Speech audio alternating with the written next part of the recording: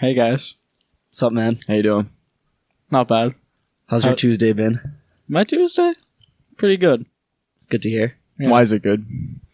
Why is it good? Started out kind of crappy. Woke up after a good night last night, in a type of way, as one does. As one does. Shout out Aiden's 21st. Happy birthday, man. And It then was a party. kind of sat around. Yeah, you weren't invited, Okay. unfortunately. Yeah, no, you were excommunicated. Okay, that's cool. But yeah, I watched Tenet, Mm-hmm. and then I went out, picked up my suit for the wedding on Friday. Ooh, big Who- wedding. Who's Yeah, getting married? my cousin. Shout out Congrats, Steve's cousin. congrats. Shout out David and Brianna. Love you guys. Welcome to the fam. How was your day Yeah. though? It was good. Before we get into the movie. Woke up at like noon. Got my first time like sleeping in a while, which was pretty nice. Watched some YouTube videos. Okay. Ate some food. That's about it. Yeah, I honestly probably As had one the does. best day of all of you guys. I think. Went to the dentist today. Cavity free. Cavity free. Fun fact: I've never had a cavity before in my life. Aren't you special? Yeah, basically have the best teeth in the game. Yeah. Did you get braces? Yes. I didn't realize Ah. that. I didn't realize that brown teeth were good. Shut up. Nah, I'm just. Yeah, I don't brush them. The I'm just standards of playing, I'm beauty just are playing. changing. All right. Kind of like reminds me of the tenant who was cleaning my teeth. I'm just gonna. That wasn't a thing. You know what's funny too? It's not the name of the movie at all. That was Yeah. a good transition. That was a horrible transition. Psych. All right, let's get into the I'm actual. Stephen Dwyer, I'm Nicholas Bisconti. I'm Andrew Seelig, and this is SOSC. and that was the worst intro. That was our best intro. That was probably to the date. best intro to date.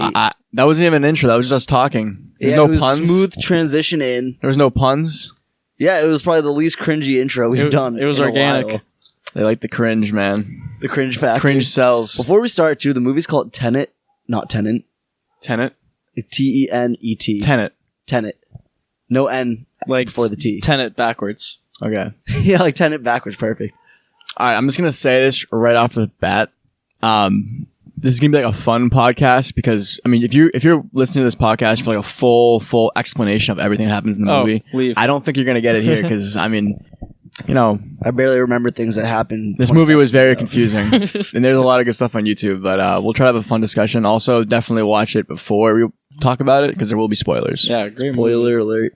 Directed and written by one Christopher Nolan, same guy who did Inception, The Dark Knight, Shutter Island. Shutter Nope. Island. Nope. Scorsese. Scorsese did Shutter Island? Yeah. Yep. That's not. Dang. But some good mind-bending thrillers, if you will. That's kind of Chris Nolan's forte. Yep. And this You is saying Interstellar? this is the most mind-bending of them all. Yeah. Definitely. No, bent the Interstellar. mind. I love that movie. Yeah. Starring John David Washington, Cedric Diggory, Cedric Nope, we're not Diggory. doing that this time. Robert Robert Pattinson. Pattinson. Michael We're not- Caine. I'll call him Neil. Yeah, Neil. Word. Cedric Diggory playing Neil. Nope. Michael I'm Caine not was allowed. in this movie. What? Michael Caine was in this So movie? Michael Caine. Who'd he play? I forget. He goes to the restaurant and he's like, yep. I'll have what he's having. Yeah, he kind of like sets up some And then stuff. They have, much like every other conversation in this movie, they have like a 2-minute conversation that's just all facts Yep. and explanations. And then he gets up to leave, and they're in like a wicked nice restaurant, and they bring out his dish. And he's like, "Can I get that box?" And they go, "No, sir." He's like, "Okay." Literally wasted like $100 on a meal, probably. Yeah. Well, he was pretending to be a billionaire to kind of fit in, so True. He was like, kinda- "Put it on kinda my playing the tab." part. But it's pretty interesting how like the main character doesn't actually have a name; it's just the protagonist the entire Yes. time. And when I was watching this movie, I was like, "Oh shit!" Like these government agents, I feel like they don't have their own like life. They're just like kind of like An agent. An They're an agent. They're just yeah, that is their. they're like a tool for the government. yeah. Yeah. And I feel like if he wasn't an agent, he'd probably like, I don't know. I just feel like his like emotions didn't matter at all. He's like, all right, Yeah. No, he was on a mission to save Yeah. the world. yeah, So yeah, I mean, Bigger than himself. it starts out in John David Washington's character is a CIA agent going into a Ukrainian opera house Yep. to stop some sort of covert operation. They don't even know what's going on. We have no idea. And he goes in there, and then I don't even know if it was a success or not. I think they got the wrong guy. and then he gets captured by some bad guys. I think they stopped the terrorist attack. I think no one died. Well, yeah, nobody died, so success. Yeah. And they find the first piece of the algorithm, which we later find out about. And then he gets captured, and the guy's pulling out his teeth, and he's like, I don't even know. He's like, you have until 7 until you die or whatever. Yep. But then the guy helps him out and gives him the suicide pill, which is definitely a real thing in the CIA. Oh yeah, for sure. Yeah, also, cyanide capsules. It also is weird how, or just crazy how, like, about the agents, they just like would be expected if they didn't have that cyanide pill to just not talk ever, and like that's a gruesome. Tooth ripped out with a pair of pliers. Yeah. Not fun. You're trained. I mean, you have to be, right. You're trained to.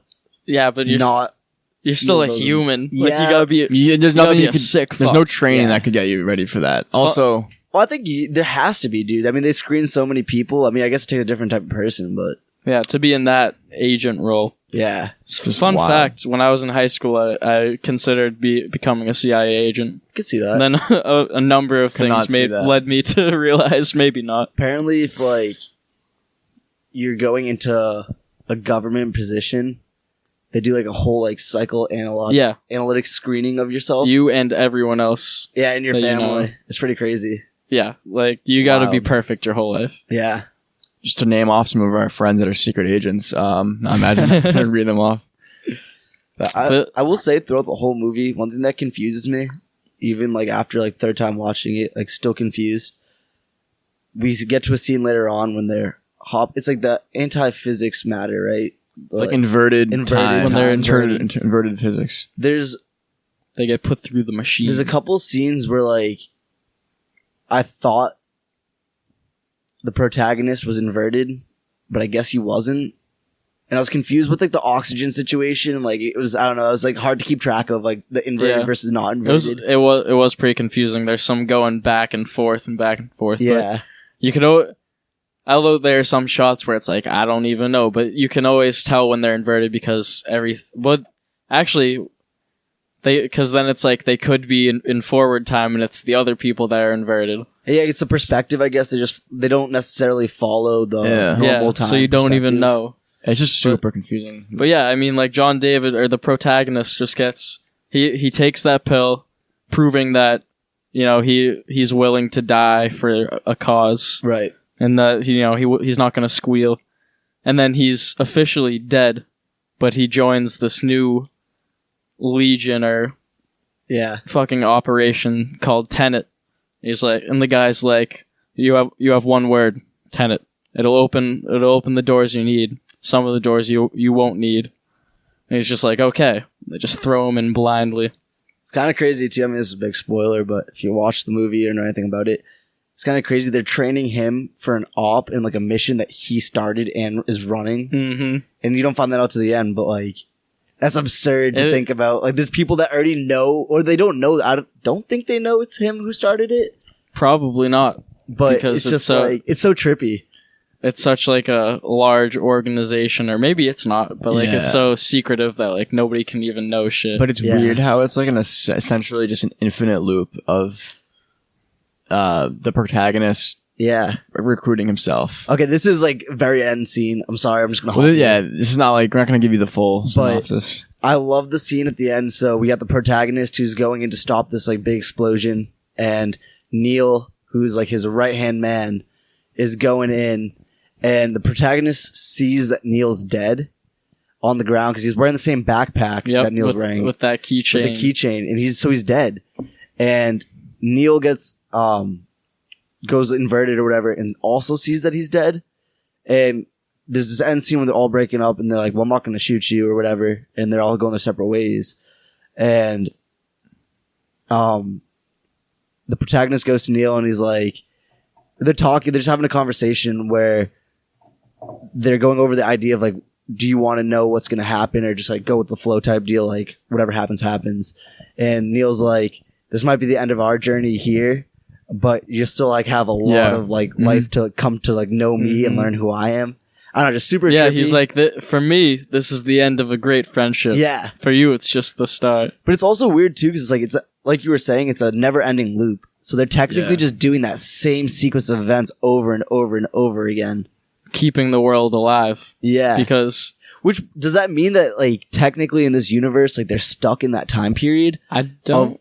Because you know what I mean? Because like there's gonna It'll come. never end. No, I think eventually both of them will finish the mission. But it doesn't. It doesn't though, because it's always going to be a part in time where it's happening. Like it's always because time is going both ways. Yeah. It's not like time's going to go Yeah. forward like 200 years and now they're dead. But no, because time, I think where this movie takes place will always exist. Right.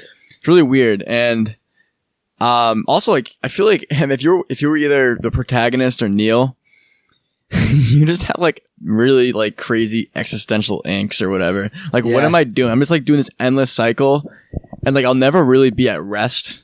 I guess my soul. I guess But like you know what's weird though is because even though that's the case, the difference, like different versions of them, I guess we'll say, don't realize where they're at in Yeah. that timeline, and so they're still like ignorant to the fact of or the chain of events that's going to happen. Like, so we have that scene on the boat where we meet the main villain, Seder, Seder, and Kate or Cat. Cat. yeah. And we see them on the yacht, and it's Cat coming in on a boat, and we see this girl just dive off the side of the boat. Yeah. And my first time watching, I'm like, oh, it's some like random girl he's hooking up with or whatever, but it's her. Yeah. And it's like she doesn't know that's her. No, she says she was like, I was jealous of that girl. Yeah, but Because of her freedom. it's pretty nuts. And then in the end, like when she actually jumps off the boat herself, like she is free. Yeah.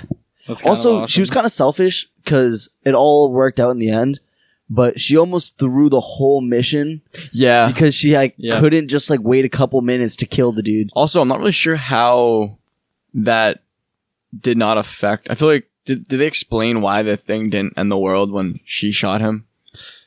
Did they like get some wire? And I guess it was so close to it like happening. And the guy, probably that bald guy, his main henchman was the one who had to like enact it once he died, and then obviously he gets killed like right before that. But you know what's weird too? So it explodes. It still explodes the bomb. It detonates, and I guess it doesn't explode next to the thing that it's supposed to set off. Yeah. But it still like wrecks like the whole ground and like everything around it. I'm kind of confused of how that still wouldn't have set off a chain reaction to like, you know? 'Cause Yeah. it didn't blow up the algorithm. I guess so. Yeah.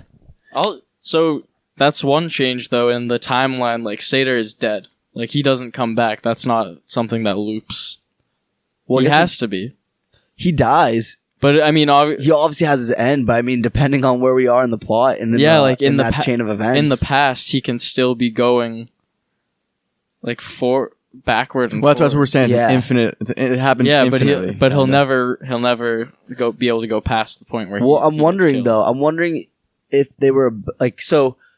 But If they were able, but if 'cause he goes he's- back, he can alter everything. That's what I'm saying. So like he's like aware of like the inverted time and reality. I'm wondering if he could ever get to the point where like he realizes he's gonna get killed by Cat, and then he does something differently, and then it changes everything else up. I don't maybe because I don't know. I feel like it's almost predestination. Okay. I know. What's happened. Yeah, it's Yeah. like you can't really change the way it's like really weird. And it's like that's what it's interesting because yet there's the point where whatever happens. There's also another point where you don't interact with anyone from the present, or you don't interact with your old self or anything because it might change the event. The in some butterfly way. effect. Right. Yeah, which is just I don't know, really weird. I wonder if the physics of this, what do you call it? Like, The physics. Metaphysics. what do you call this? Space physics, Quantum? No. Quantum physics? No. Astrophysics? Astrophysics of this, where it's like, I wonder if there was any like actual logic with this, or just like theoretical. I wonder if it's probably theoretical because you can't really invert time yet, or if Yeah. that ever will be. Well, a obviously, thing. yeah. It's But I like, wonder if it's based off real theories. yeah, that they that's what I have. mean. Yeah. I bet we'll eventually invent something along the lines of this. I mean, this is still like conspiracies. that It's are probably out there already that people invented can then. only- Yeah. If it will be invented, it already is The- invented The because theory of time travel. yeah, Yeah. time is not linear. We just perceive it linearly. Yeah. I mean, there's Our a feeble minds can't comprehend it. Yeah, that's so weird to As think a about. whole.